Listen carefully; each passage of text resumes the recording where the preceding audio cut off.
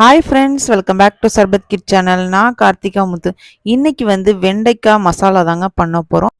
North India ஸ்டைலில் இன்னைக்கு செம்மையான பிந்தி மசாலா பண்ண போகிறோம்.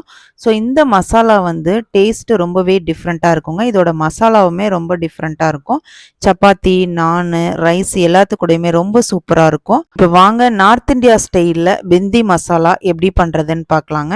அதுக்கு முன்னாடி நம்ம சேனலை மறக்காமல் சப்ஸ்கிரைப் பண்ணி சப்போர்ட் பண்ணிக்கோங்க. கூடவே பெல் ஐக்கானை கிளிக் பண்ணிக்கோங்க. இப்போ வாங்க வீடியோக்குள்ளே போகலாம்.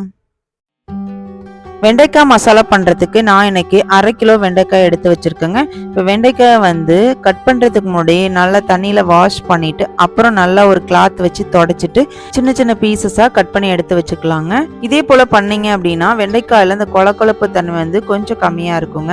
ஸோ இப்போ இது ஒரு சைடு இருக்கட்டும். இப்போ அடுப்பை பற்ற வச்சு ஒரு கடாயை வச்சுக்கோங்க. அதில் 2லேருந்து 3 டேபிள் ஸ்பூன் அளவுக்கு நல்லா தாராளமாகவே கடலெண்ணெய் யூஸ் பண்ணிக்கலாங்க. கடலெண்ணெய் நல்லா சூடு வந்ததுக்கப்புறம் நம்ம கட் பண்ணி வச்சிருந்த வெண்டைக்காவை அந்த எண்ணெயில் போட்டுக்கலாங்க. போட்டுட்டு ஒரு 2 நிமிஷத்துக்கு நல்லா வதக்கிக்கலாம்.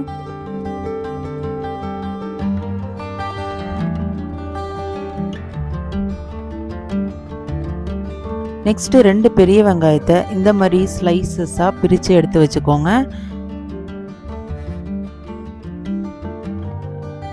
இப்போ வெண்டைக்காய் 2 நிமிஷம் நல்லா வதங்கினதுக்கப்புறம் வெங்காயத்தை இந்த மாதிரி போட்டு ஒரு 2 நிமிஷத்துக்கு வதக்குங்க. ரொம்பவும் வதங்கணும்னு அவசியம் இல்லைங்க. லைட்டாக ஒரு கிரன்ச்சினஸ் இருந்தால் போதும்.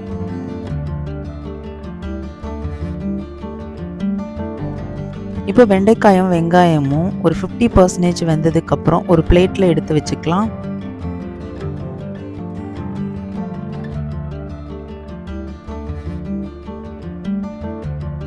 நெக்ஸ்ட்டு அதே கடாயில் எண்ணெய் இருக்குங்க. ஸோ வெண்டைக்காயெல்லாம் வதக்கியிருக்கோம்ல.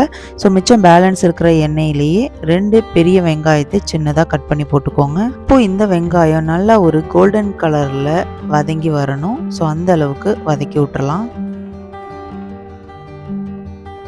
இப்போ வெங்காயம் நல்லா கோல்டன் கலரில் வதங்கி வந்துருச்சு. இந்த ஸ்டேஜில் 1 ஸ்பூன் இஞ்சி பூண்டு பேஸ்ட்டையும் போட்டு நல்லா வதக்கி விட்டுருங்க.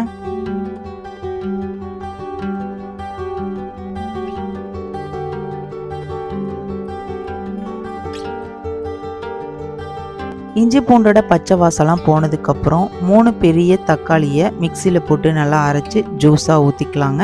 இப்போ இந்த தக்காளி பேஸ்ட்டு வெங்காயம் எல்லாத்தையும் நல்லா எண்ணெயிலே வதக்கி விட்டுருங்க.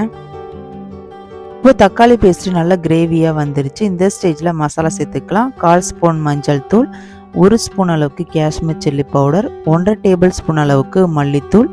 இப்போ இந்த மசாலாவுக்கு தேவையான சால்ட்டு சேர்த்து நல்லா வதக்கி விட்டுருங்க.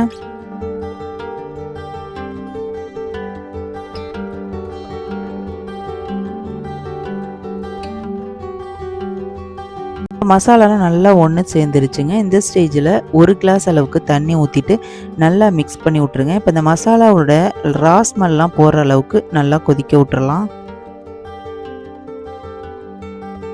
மசாலா நல்லா கொதிச்சதுக்கப்புறம் 2 பச்சை மிளகாய் சின்னதாக கட் பண்ணி போட்டுக்கலாம். இது கூடவே 1 கை அளவுக்கு கஸ்தூரி மெத்தியையும் நல்லா கையில் கசக்கி போட்டுக்கோங்க. நெக்ஸ்ட்டு 1 ஸ்பூன் அளவுக்கு கடலெண்ணெயை மேலே ஊற்றிக்கலாம். இது கூடவே 1/4 ஸ்பூனு கரம் மசாலாவையும் சேர்த்து நல்லா மிக்ஸ் பண்ணி விட்ருங்க.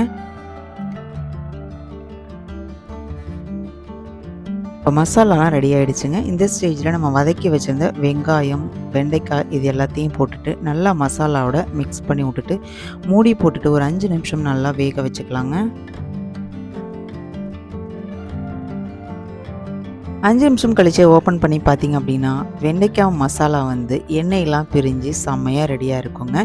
ஃபைனலாக கொத்தமல்லி இலையை தூவி சர்வ் பண்ண வேண்டியதுதான். இன்றைக்கி கமன்னு ஒரு சூப்பரான நார்த் இந்தியா ஸ்டைலில் பிந்தி மசாலா செம்மையாக ரெடி ஆகிட்டுங்க. இந்த பிந்தி மசாலா நீங்கள் வீட்டில் செஞ்சும் போது வாசல் வரைக்குமே இருக்குங்க. ஸோ அந்த அளவுக்கு செம்மையாக இருக்கும். இந்த பிந்தி மசாலா கூட சப்பாத்தி, நான், ரைஸ் எல்லாத்துக்கூடையுமே ரொம்ப சூப்பராக இருக்கும். கண்டிப்பாக ஒரு டைம் நீங்கள் ட்ரை பண்ணுங்கள்.